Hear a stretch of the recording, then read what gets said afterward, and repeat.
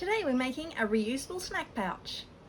It's time to cut out our reusable snack pouch. Today I'm going to be using some cotton and I have to cut two. So one is going to be the outer of my fabric and one is going to be the inner fabric. So I've already pre-cut my inner. I'm just using some plain poly cotton which I have lying about. I've got tons of it, so I often use it for extra pieces. And I'm going to use this cute Sweet Shop one as my outer because I thought that would be kind of cute for a snack pouch to have little sweeties on it.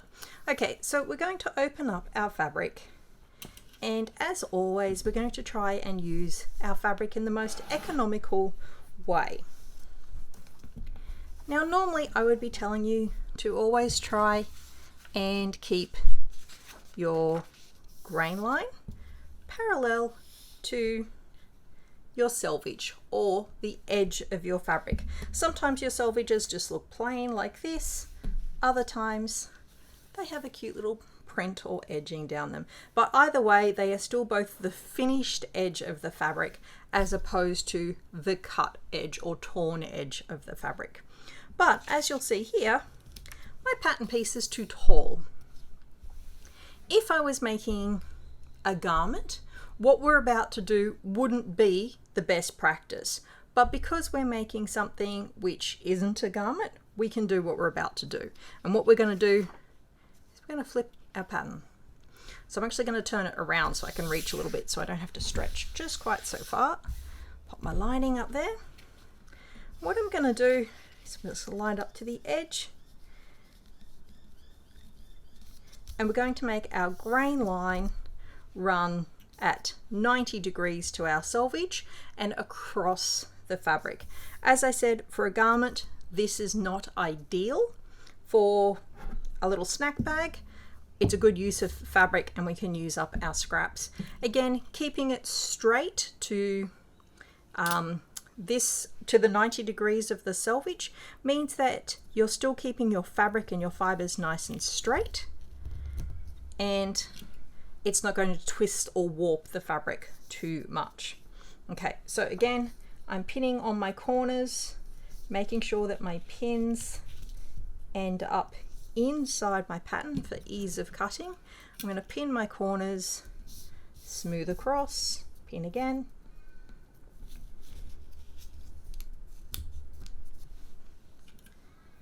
Smooth across and pin again. So I'm going to use my weights to hold my center. If you don't have fancy pattern weights, remember you can grab some tins, some clean rocks, anything small that's weighty that you can move your hand around. You're fine. I'm sure you've got a ton of things around the house. Okay, so I don't have to cut this one because it's fairly much on the edge. I'm going to go back later and trim up these little bits. But for now, you can see I'm just gently lifting the fabric along the edge, and that's because I'm cutting directly from the edge, and it's very hard because as soon as you move your blade in there it's going to disrupt the fabric, so I like to have a little bit more control over it. But here, when I'm going to go around a corner, I'm not going to lift it because I want to be able to follow that curve as close as I possibly can. And I'm going to stop there because it's really difficult to cut with your hand going backwards on itself. And I'm going to come back from the other side, pick it up with my blade and cut from this side. Wherever possible, try and make cutting feel more natural. If it feels like you're twisting yourself into a pretzel, you probably can go from the other direction. Okay. So again, we're going to pop this one aside, use it for another project on another day. When you're making lots of small projects, a little bit of fabric can go a long way. With your snack bags, if you're trying to be a bit more economical, use up what you've got. Any plain woven cotton fabric that you've got would be fantastic to use. Try not to use anything that's polyestery. If you put in a snack that might sweat a little bit in humidity, such as some little sweets or some lollies, you just might end up with a bit of a sticky mess. Cotton is a little bit more breathable, so try and stick to that. Okay, so now if I lift up a pin, We have our outer fabric and our inner fabric. We're all cut out. We're ready to go start sewing. We've got our snack pouch all cut out. So the next thing to do was to attach the Velcro. So I've got my strip of Velcro and I've cut off a section. So on your pattern, you'll notice there's 2 points. My pattern was printed before I actually added the second point. So when you get the real pattern, it does have it actually on it. But one is going to go on the side of the lining and one is going to go on the outside fabric. So it's marked on the updated pattern for the 2 sections. I've just pinned it on and now I'm going to sew around the Velcro.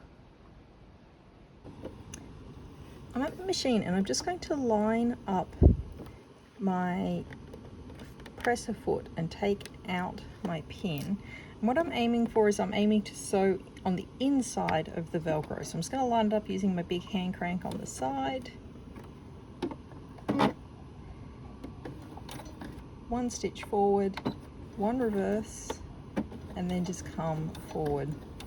Velcro or hook and loop tape is quite strong, so if your machine is struggling, definitely go up a needle size. Come to the corner, so I'm going to go around.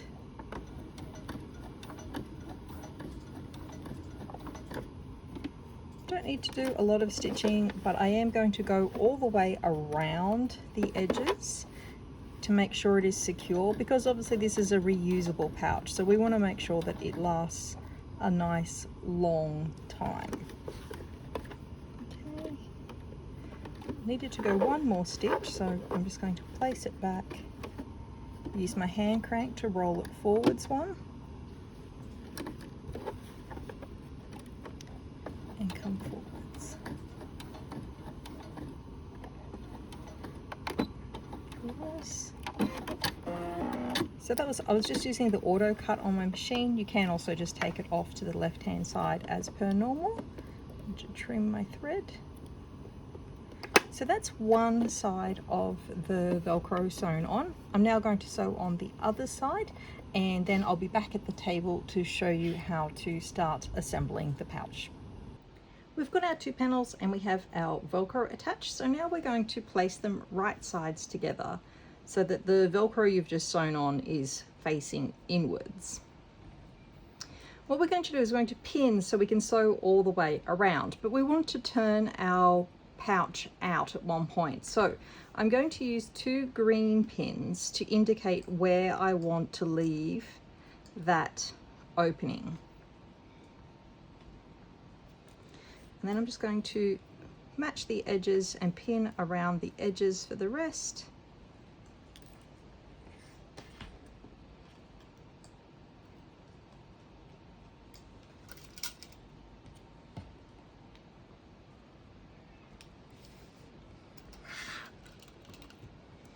So as always, use as many or as little pins as you feel like. Definitely do use pins if you're just a beginner, because it does make it easier for you to get everything straight and lined up with less effort.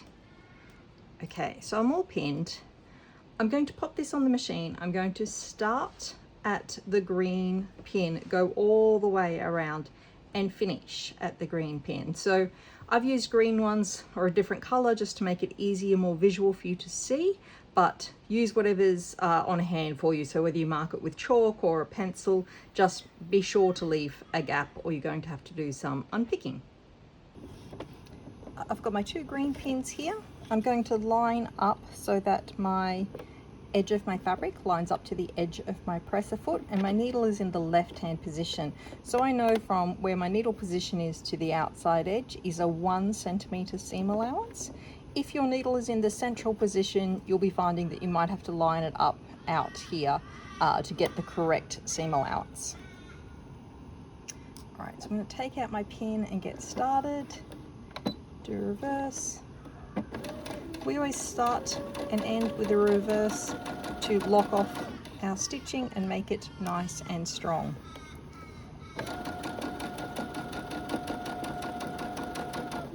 So I'm just coming up to the straight section and then I'm going to go to the curve. So I'm going to keep straight until I hit my corner.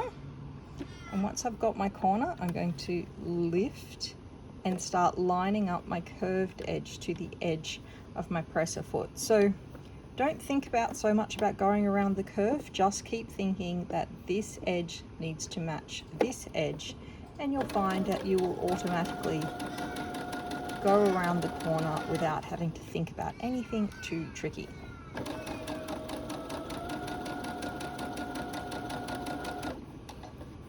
Just keep easing it around, taking out your pins as you go. Try not to sew over pins, it's not great for your machine or your pins. Alright, I've reached the corner, so I've just pivoted again. Line up my edges.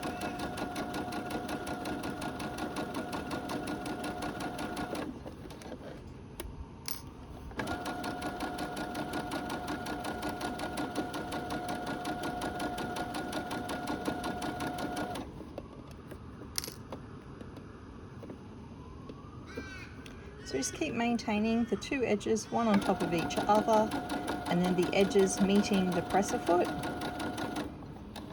Wherever possible, try not to watch the movement of the needle. Watch where the fabric meets the edge. It's much easier to keep straight to watch the thing that doesn't move.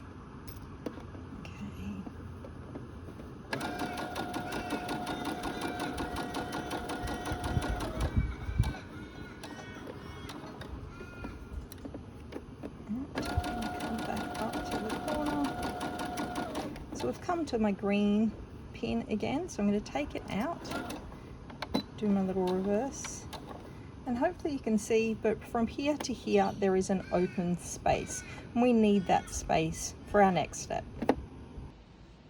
So we're all joined together, both sides together.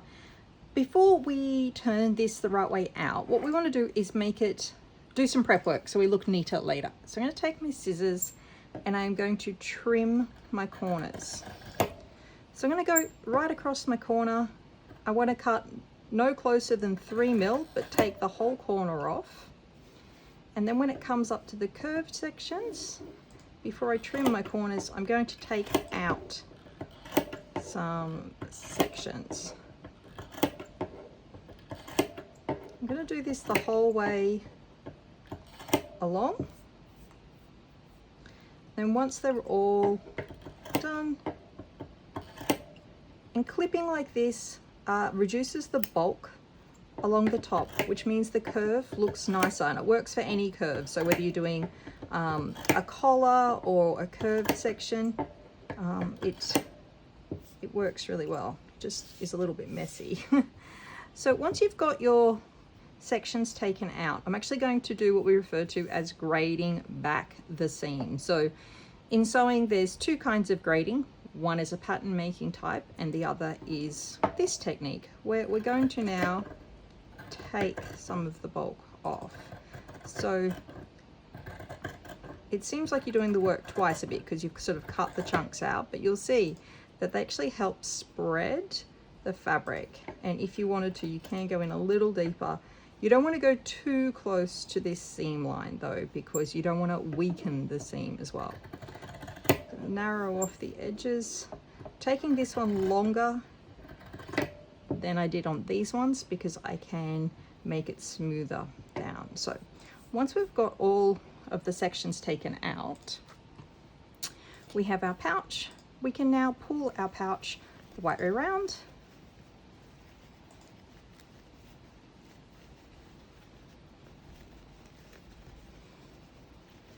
And this just takes a bit of maneuvering through to get it all through. And you'll see that when you come to the corners are now way less bulky because you've literally cut the bulk away. All right. So you can see it's starting to come together, but it still looks a little kind of puffy and mixed up. So using one of my favorite tools of a chopstick, pop your chopstick in, go towards your corner, gently work the chopstick into the corner and poke out the edges to give you a nice crisp edge. Don't use your scissors for this because the chances of poking a hole straight through your fabric is very high, and we don't want to waste all the good work. A chopstick is nice and long, it's easy to maneuver, and almost everyone has one in their kitchen. So steal one from the kitchen and add it to your sewing supplies. So here I'm just literally pushing it along the corner and into the seam. And already it's starting to look much more rigid and correct. I'm going to pop across to my iron and press this completely flat. I don't have a camera set up at my iron, so you're just going to have to imagine the iron, and I'll come back and show you the aftermath. One thing I did want to mention though, this is cotton, so I can have my iron quite warm. Velcro, however, is nylon. So if you do press, just be very, very careful about your Velcro that you don't melt it. So I'm kind of going to go around my Velcro. Okay, I'm going to go do some ironing and I'll be back in a sec. We've had a nice press with the iron, so everything's looking lovely and flat now, which is perfect and exactly the way we want it to be. Next step, we've got this little gap here where we left it open so we could turn everything else out. So I'm just going to pop a pin in. We're just going to go to the machine and stitch from here to here just to close up that hole. So I'm just going to stitch up this hole, and I'm going to aim for as close to the edge to make it as unobtrusive as possible. So one stitch forward, one stitch back, just right along the edge. If you're in a little bit further in from the edge, that's fine. Just kind of aim for as close as you can, and for whatever skill level you're currently at, that's fine. Reverse when we get to the end. Use our hand crank to lift and take us out. And so you can see it's just a very neat and easy way of finishing off that edge. We've sewn up our little edge here. I'm just going to trim off all the excess threads. Wherever possible, if you can trim as you go, it makes everything a lot neater. So our next step is to fold it. One of the easiest ways to do this, line it up inside the seam allowance of your actual pattern piece. And if I flip back to the outside, you'll see your seam allowance is marked with the notches here. So I've lined everything up so it's inside the notches, and I'm going to fold. So the top one is going to fold over, and the bottom one is going to fold up. And I could just, press it down hard with my hands, but I'm actually going to pop across to the iron and press everything in place to make sure that it all lines up correctly, because it is a little bit trickier with trying to equate for your seam allowance, but we're kind of looking for this. So I'm going to go press it, and then I'm going to meet you back at the sewing machine. And when we're at the sewing machine, we're going to be stitching down these two edges.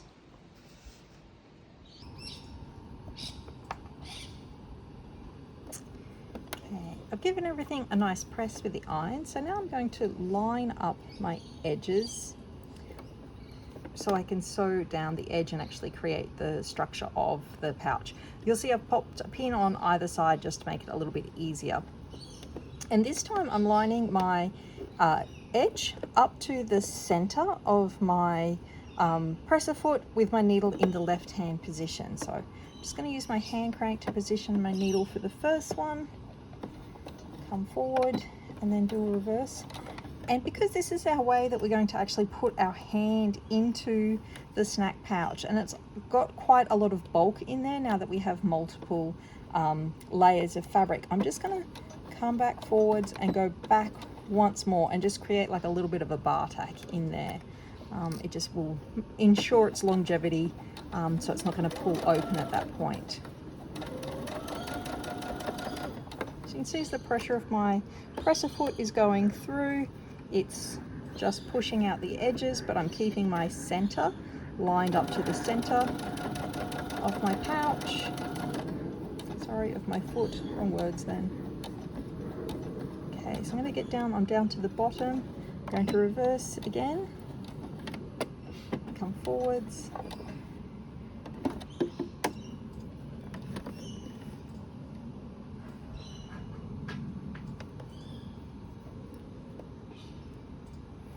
And that's that end done. I just need to trim off the thread. So I'm going to do the same, but I'm starting from the opposite end this time. Again, I'm lining it up to the center. I'm going to start, do my reverse. On my machine, my reverse is just a button that you push, but on some of yours it might be a lever that you hold down, or a button you have to hold down. It often looks like a U-turn symbol, so if you're new to your machine, just look for that and see what you can find. Alright, all the way to the top.